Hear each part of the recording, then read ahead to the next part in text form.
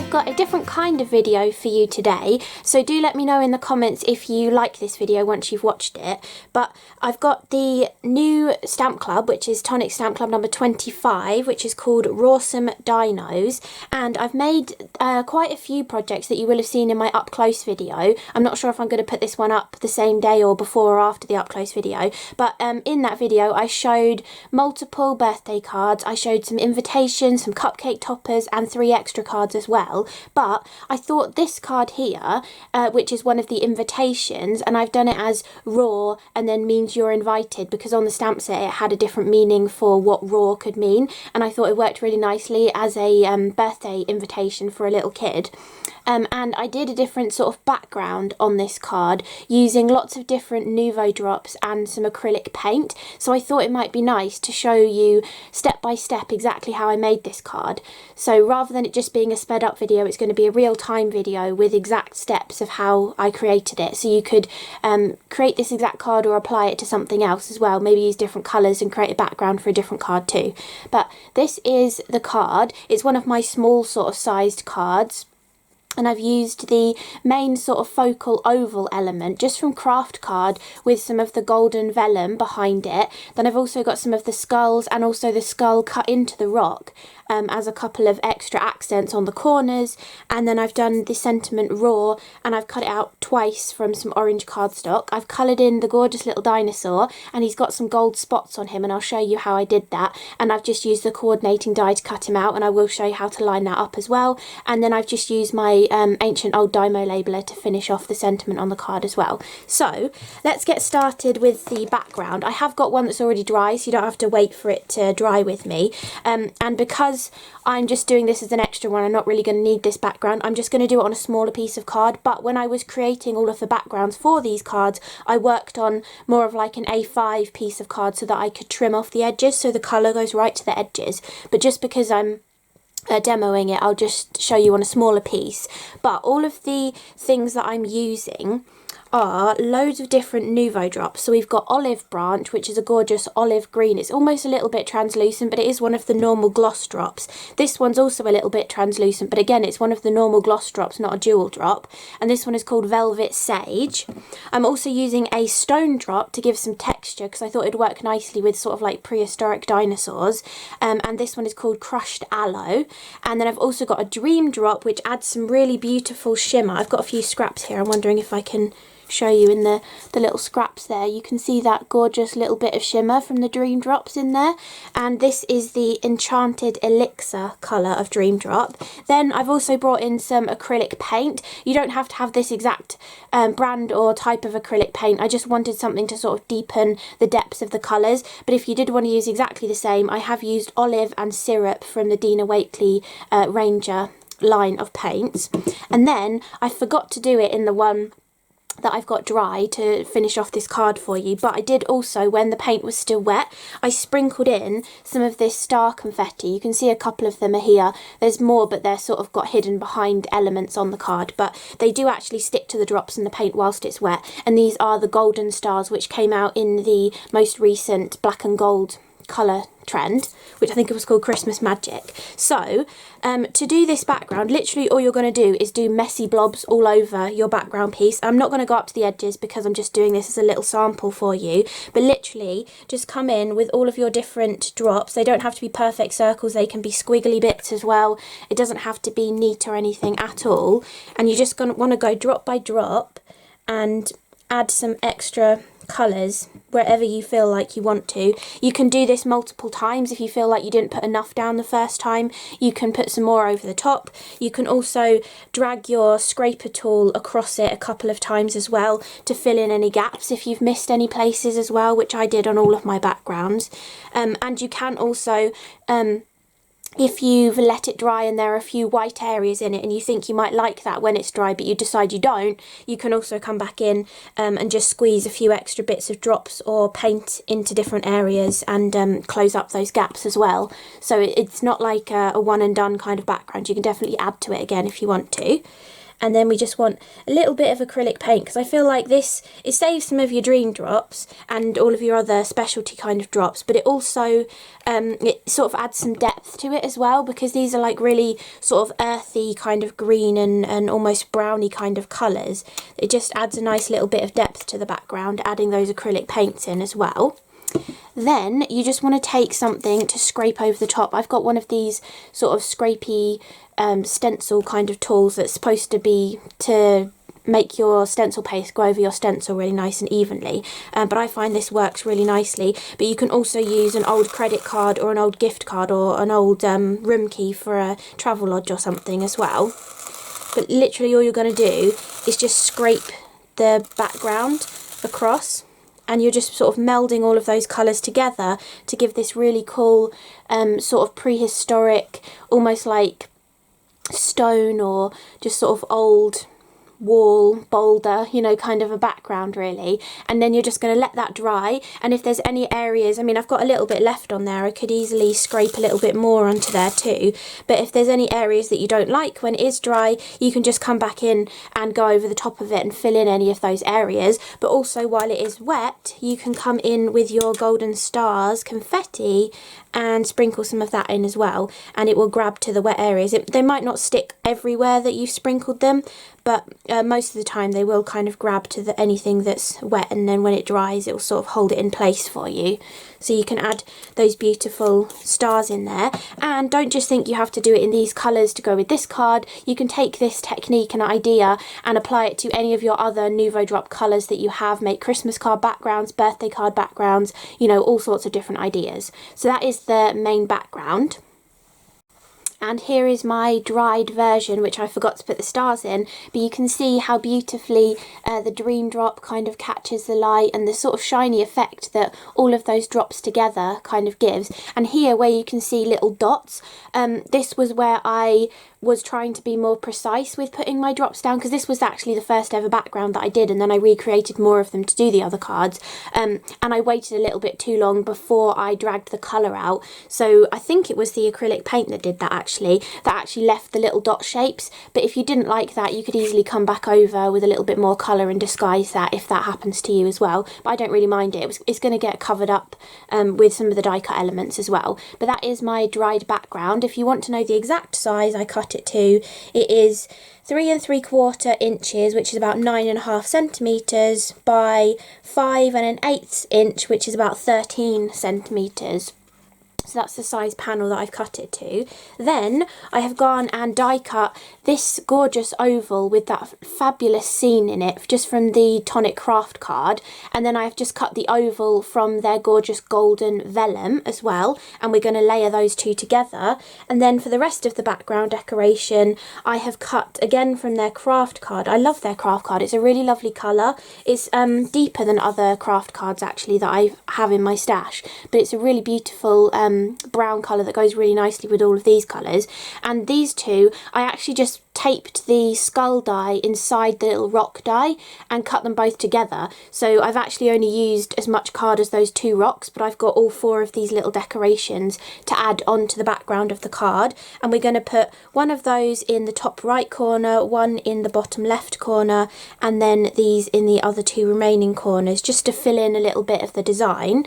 And I'll zoom you in a little bit closer so you can see that. And then we're going to layer these 2 on top of each other, and then add this with some 3D foam as well, so it just gives it a little bit of dimension then too. So we'll stick those skulls on first so that the glue can dry nicely on them.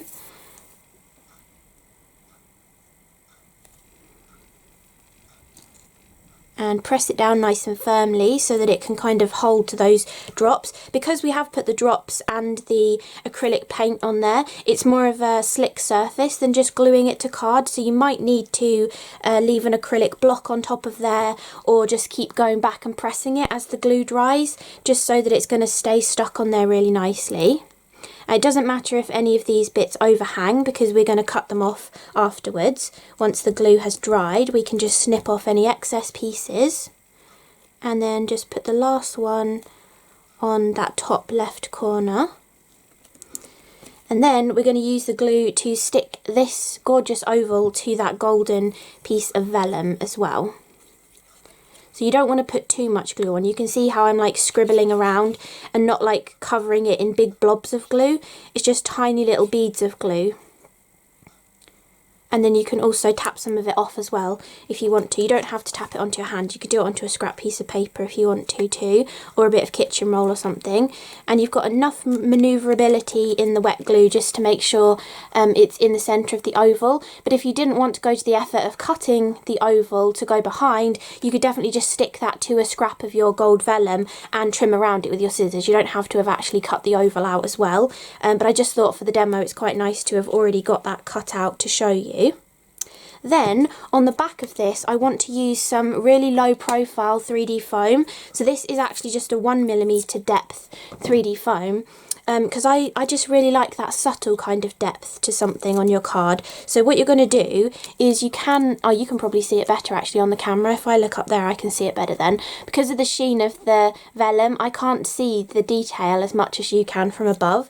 But all you want to do is just take random bits of foam tape and just put them anywhere where there's a lovely big open area. And it doesn't matter if you cover everywhere or if you leave any bits without any foam. It still holds onto the card really nicely, and it just adds that little bit of extra lift to it to make it look a little bit more dimensional, because it's actually standing out from the card a little bit. And we can just put a few little extra pieces kind of going around the edges here as well. I mean, you could, if you wanted to, go completely over the top and, you know, stick foam everywhere on this area. And if you are going to that effort, you could then turn it into a shaker card if you wanted to as well. But I think that's probably enough to kind of hold it in place. Or is that that's a bit solid there? We could actually put another piece on there. And then we could use that leftover bit up there on that top cloud maybe. Just so we've got little bits all over the place on the background. Right, then we can bring our backing card back in, and then we can peel off all of the backing of the foam tape.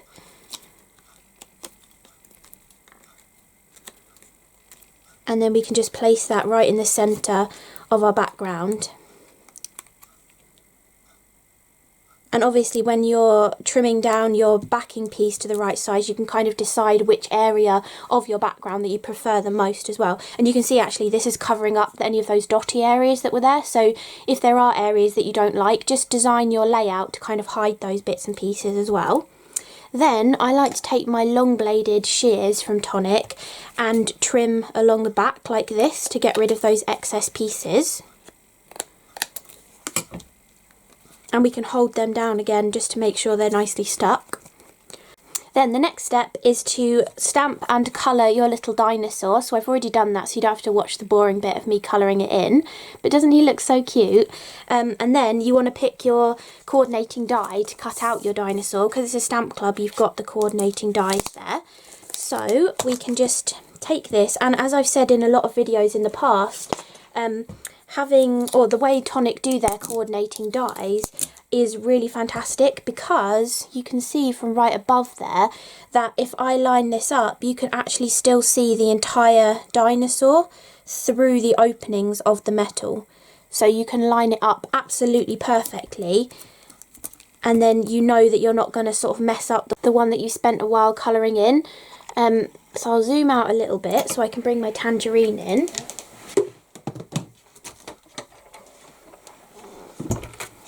And then I've got my little half cut plates, and then we can just run that through.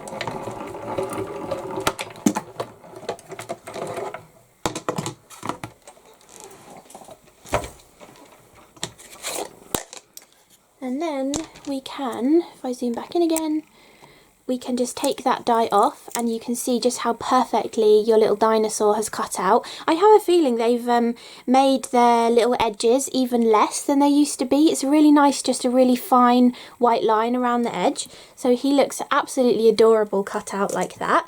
And then we can bring our main card back in, and we are just going to seat him on there, but I want to add a little bit of dimension again, so we're going to bring in a little bit more of that low profile 3D foam, and we can just do a square on his head and then a few little pieces on his body and up his neck as well. just so he's nice and supported on the card. You don't have to add 3D foam if you don't want to. If you want to make it flatter or quicker to assemble, if you're doing a lot of them, if you are going to use this as like an invitation and you want to do like more like 10 or 20 of them, you might want to maybe change up the background, just keep the design, but don't do the Nuvo drop background, or, you know, you might want to simplify the design a little bit or something as well. So here we go, I've got a little bit of foam tape hanging over the edge. So we've got him with his foam tape on, so we can just add that to the bottom section of the card. And then the last thing to do is to add our sentiment on here. So I've got 2 of the little raws cut out of orange, and I'm just going to layer those up. That's why I coloured his spots orange, so that they would tie in with the sentiment as well. And then I went with sort of olivey green kind of tones for the actual dinosaur, so he tied in with the background really nicely. I think it's often nice to create your sort of Nuvo-y background first, and then bring your swatches of your alcohol pens up to your background, and then you can get the perfect colouring for your focal images as well. And it also means that you can then decide sort of how many accent colours you're going to put on your animal, and then you can bring in those colours with your sentiment and stuff as well. So we've just layered those 2 together really simply, just to make it a little bit thicker. You could go with 3 if you wanted to as well, but if you were batch making this, you could definitely just do the 1 die cut as well, so you didn't have as much die cutting. Then we're just going to stick the raw on there, and then I have just done means you're invited in my Dymo labeler, but you might have stamps like alphabet stamps, or you could just use the one from the stamp set if you wanted to, which I think says means I love you. Yes, it does. So you could just do this as a raw means I love you card as well. It doesn't have to be an invitation. And then we can just stick that onto there. Then I was thinking you could kind of leave this as more of like a postcard style card, and I always think it looks nice mounting it onto white, so I was going to mount this onto white first. So let's just use some of the Kraft Perfect tissue tape. I love this tape because the backing is so easy to get off of it. I'm just using the fine stuff at the moment because it's the roll that I've got on the go, but the wider one is fantastic as well for this kind of thing. And you can just easily flip the backing off of this, which is lovely. Then we can just fold over any excess, place this onto our bit of white card here, so we've got an even border on those bottom 3 sides, and then we can get our Tonic guillotine, and we can just trim off that last side. And I was thinking, as with the original one, you can see we've got 2 identical now, I just left them like this, and I thought you could print off, you know, the date and the address of the party and everything on the back of it, and who it's for, and, you know, dress code, whatever else you need. You could just print it off, like 4 to a page, trim them down and stick them on the back. But because I've used the orange card here, I have some of this orange card, obviously, because I've used it. What about making yourself a card blank with that orange card and actually sticking the invitation onto there, and then again you could print everything off and put it inside the card too, so it's kind of just a different take on it. If you wanted to just do it more as like a flyer or a leaflet kind of invitation, or putting it onto the card itself, I think would look really nice. I think I'm going to stick that one onto the card because I think that's a good idea. So again, we just use the tape on the 4 sides and then a diagonal to hold the middle in place as well. That's always how I tend to stick card fronts on.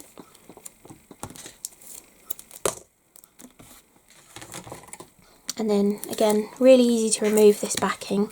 And if you're interested in any of the products that I've used to create this card, and the Stamp Club as well, then there will be affiliate links in the description box below the video, and also picture versions of the affiliate links on my blog post as well.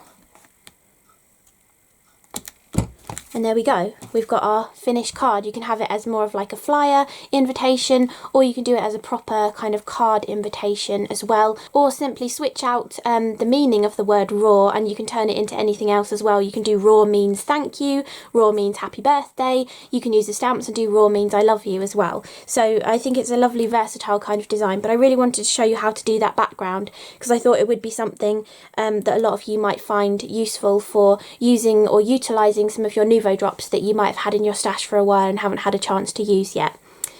I'm just adding this little extra bit in. I totally forgot to show you how I did the gold dots on the dinosaur. So you know from the most recent colour trend we got these dual dot markers. This gold one is absolutely perfect for just adding a few little gold dots onto the dinosaur to add to those kind of freckles for the way that we coloured him in as well. So really, really cute, just to add a little bit of extra freckling to the dinosaur as well. So really hope you enjoyed this different kind of video. Do let me know in the comments if you do like it, and if you want me to do more of this kind of video where I actually walk you through step by step how I've created a card. So yeah, really hope you enjoyed it. Thank you so much for watching, and I will see you again in the next video. Bye!